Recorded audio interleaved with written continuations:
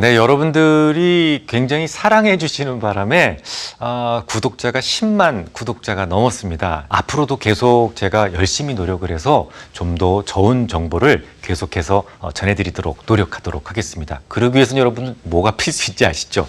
구독, 좋아요. 구독, 좋아요. 네, 고맙습니다.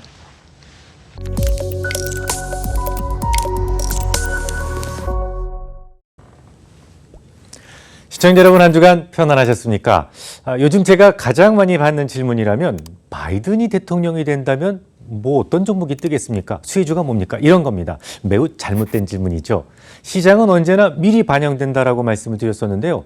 증시가 어떤 중대한 이벤트가 있을 때 그 이벤트를 가만히 기다리고 있다가 당일에 모두 반영돼서 움직인다면 얼마나 좋겠습니까만, 이 매우 중요한 이벤트일수록 증시의 선 반영도는 매우 높습니다. 시장은 이미 바이든이 대통령이 되는 것을 한 70% 정도는 반영하고 움직이고 있기 때문에 지금 그가 대통령이 된다면 이라는 가정을 하고 뭔가 수혜주를 찾는다는 것은 매우 불리한 게임이 되는 것이죠. 물론 아직 30% 정도는 반영이 되지 않았다고 하겠지만 그가 막상 대통령이 된 이후에 쏟아질 이익 실현 매물도 고려를 해야 되기 때문이죠. 간단하게 예를 들어서 최근에 실적을 발표했던 한샘의 차트를 한번 보시죠. 전년 동기 대비 236%의 괄목할 만한 성장을 보였다는 발표가 12일 장 마감 직후에 발표가 되었어요.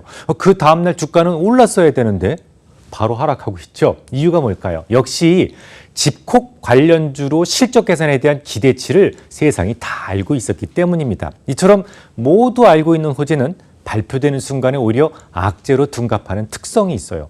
지금 바이든을 모르는 사람은 거의 없을 겁니다. 지금 바이든 수혜주를 찾는 것은 그다지 좋지 않은 전략이 되는 것이죠. 그럼 어떤 질문이 투자자들에게 실질적으로 도움이 될까요? 이번 주에 막 새롭게 만들어진 뉴스입니다. 이를테면 지난주에 민주당은 449쪽짜리의 반독점법 개정안을 발표했잖아요. 이게 향후 빅테크에 미치게 될 영향은 아직 완전히 반영되지 않았어요. 혹은 지난 10월 8일 국토부는 12건의 화재가 발생한 현대차의 코나 EV 리콜을 결정을 하면서 배터리셀 제조 불량을 원인으로 지목했는데요. 이렇게 새로운 뉴스들에 대해서 궁금증을 가지셔야 됩니다. 물론 저는 몇 년, 몇 월, 뭐일, 어떤 사회에서 어떤 새에서 만든 배터리에서 불이 날 것이다 라는 것을 미리 예측할 수는 없어요. 또 무려 7만 7천여 대에 대한 리콜이 발표될 것이다 라는 것도 함부로 예측하기 어려운 일이죠.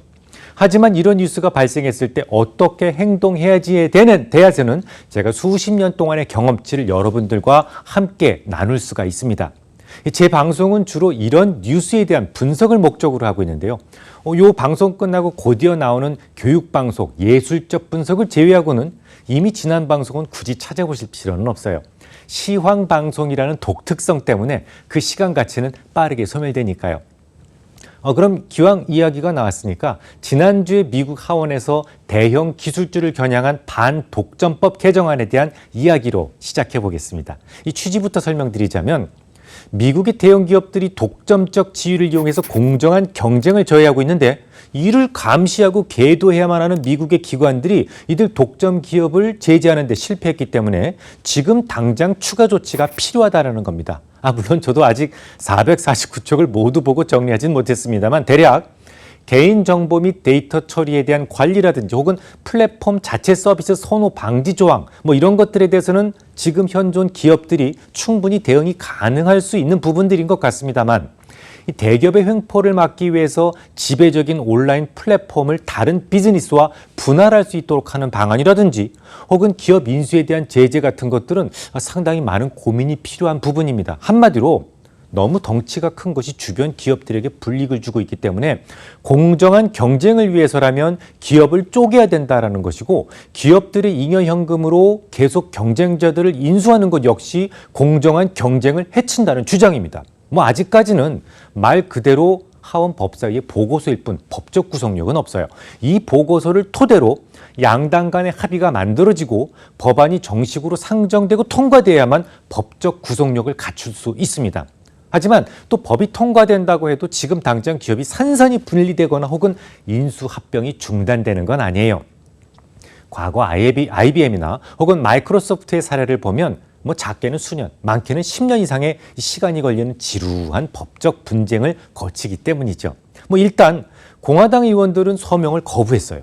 물론 공화당 측에서도 대기업 제재에 대해서는 원칙적으로 찬성하고 있다라고 밝혔지만 쇠톱이 아닌 외과 수술용 나이프를 사용해야 한다 이렇게 주장하면서 특히 기업의 강제 분할 부분에 대해서는 강력하게 반대를 했어요. 하지만 그럼에도 마음을 놓을 수 없다는 것이 시장의 분위기인데요.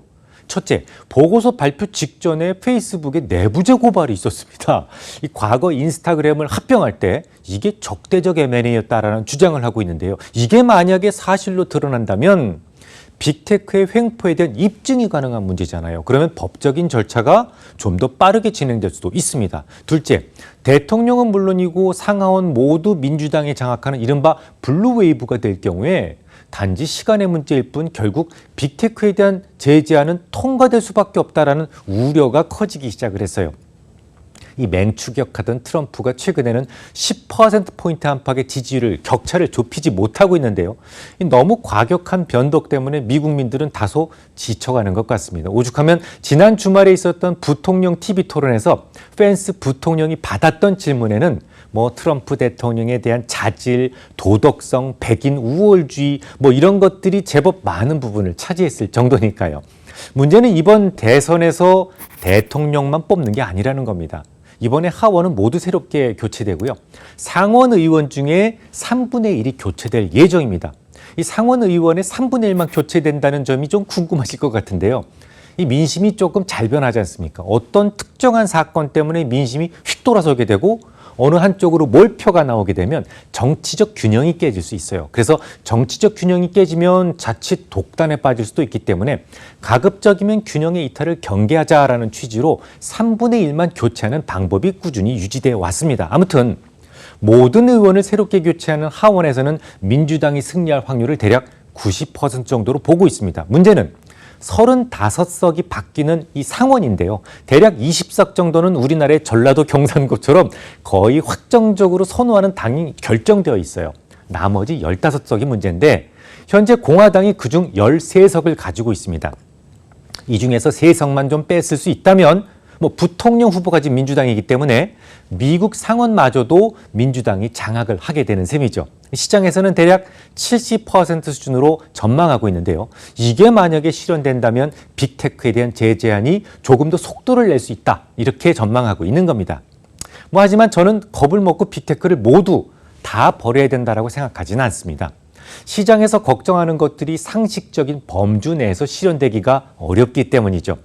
물론 과거에도 경쟁을 저해하는 대기업을 쪼개야 된다는 주장이 있었어요. 실제로 미국에서는 기업이 쪼개졌던 사례는 지금까지는 없었죠. 거의 없었습니다. 게다가 지금은 과거와는 다르게 이 중국이라고 하는 치명적인 경쟁자가 있기 때문에 미국 스스로 경쟁에서 도태될 수 있는 악수를 두지는 못할 것 같습니다. 실제로 얼마 전에 빅5의 CEO들이 모두 참여하는 화상 청문회가 있었죠. 이 회의에 참여했던 CEO들은 한결같이 만약에 그렇게 된다면 중국에 뒤처질 수 있다라는 경고를 주로 했었거든요. 인수합병에 대한 제재도 실행에 옮기는 것이 쉽지는 않습니다. 사실 스타트업들의 입장에서는 잘 키운 기업을 거대 공룡에게 넘기는 것을 아예 목표로 설정하고 있는 기업도 작지 않아요. 실제로 우리나라 신약 개발 업체들은 대부분 임상 단계에서 빅파마에게 라이센스 아웃하는 것을 목표로 개발하는 회사가 대부분이거든요. 사실상 신약을 개발한다고 하더라도 유통 라인을 유대인들이 장악하고 있어서 판매가 쉽지 않고요. 간단하게 생각해서 러시아산 코로나19 백신 스푸트니크 이 V가 실질적 효과가 있다고 한다고 하더라도 그것이 과연 세계적인 베스트셀러가 될 수가 있겠습니까?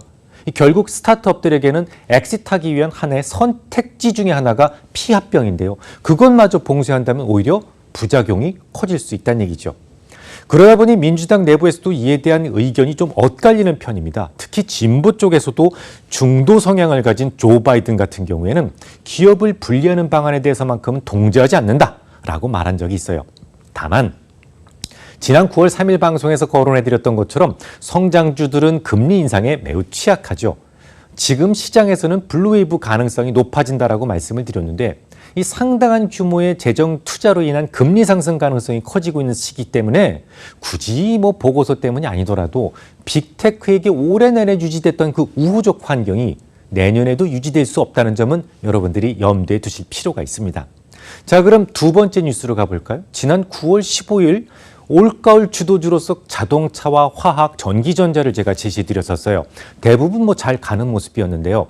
하지만 지난주에 돌발 악재가 하나 생겼죠.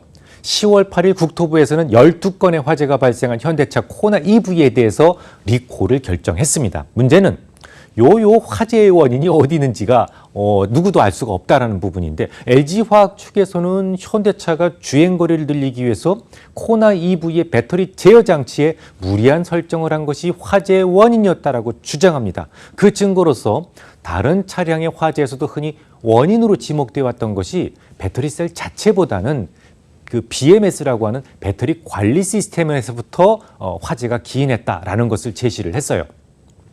하지만 현대차 측에서는 발끈하죠.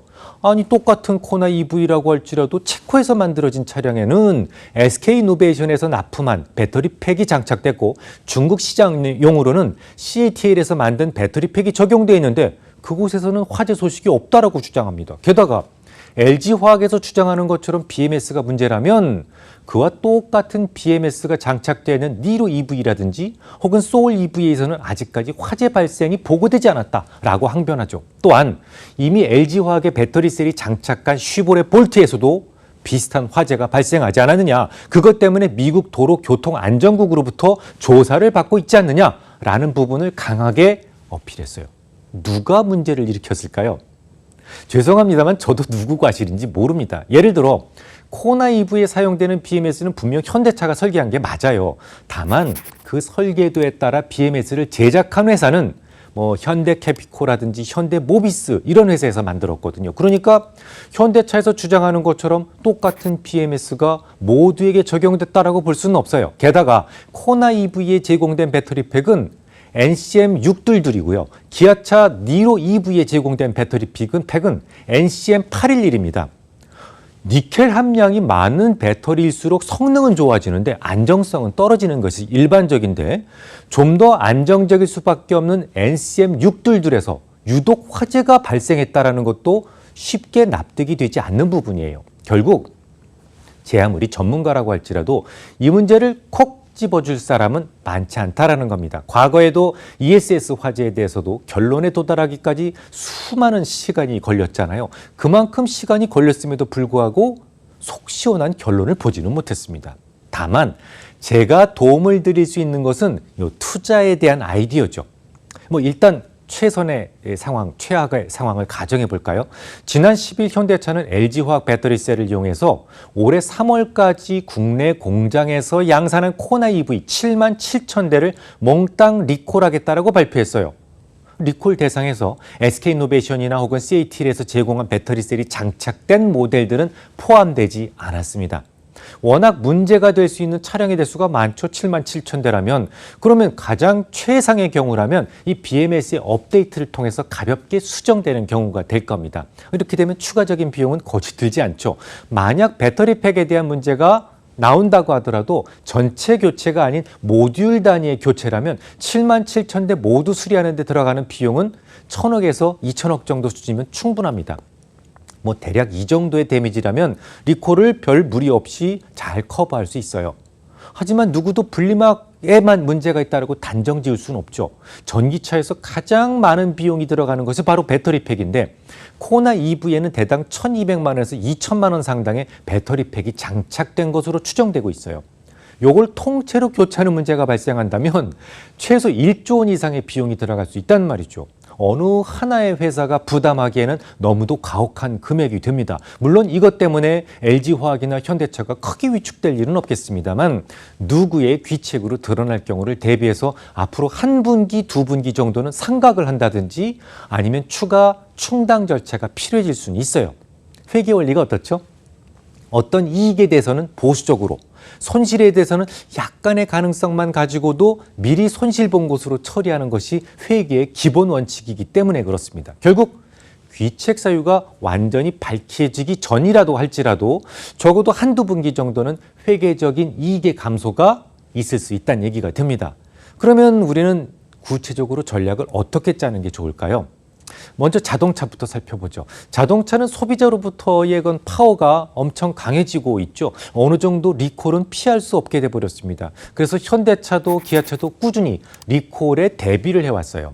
만약에 현대차의 귀책으로 결론이 나고 최악의 상황으로 1조 정도의 대체 비용이 생긴다고 하더라도 이미 8,800억 정도 수준의 리콜 비용을 리저브해 두었기 때문에 그렇게 큰 문제 없이 견딜 수는 있습니다. 물론 뭐 변동성은 있을 수 있어요.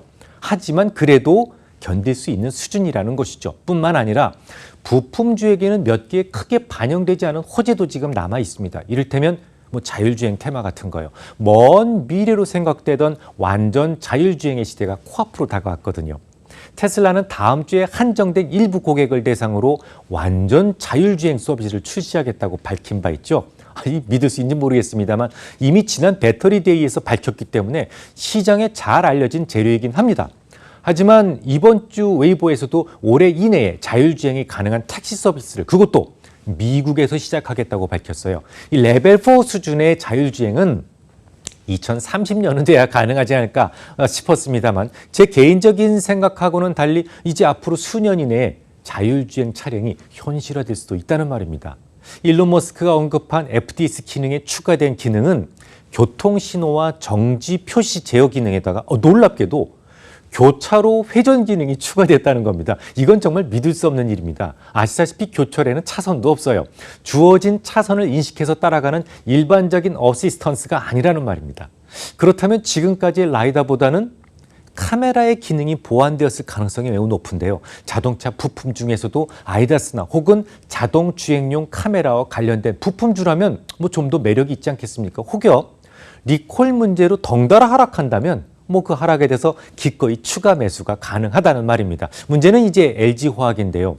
아무래도 조사 절차가 진행되는 동안 일부 매출 감소가 있을 수 있기 때문에 LG화학과 더불어 이에 대한 매출 비중이 높은 소재 관련주들, 같은 사이클 안에 있는 소재 관련주들은 귀책 사유가 정확하게 밝혀지기 전까지는 변동성이 다소 커질 우려는 있습니다. 다음 주에 뵙겠습니다.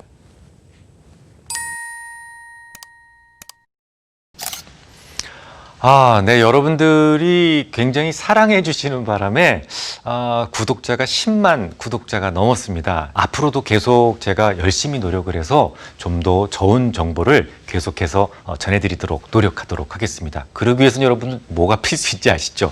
구독, 좋아요. 구독, 좋아요. 네, 고맙습니다.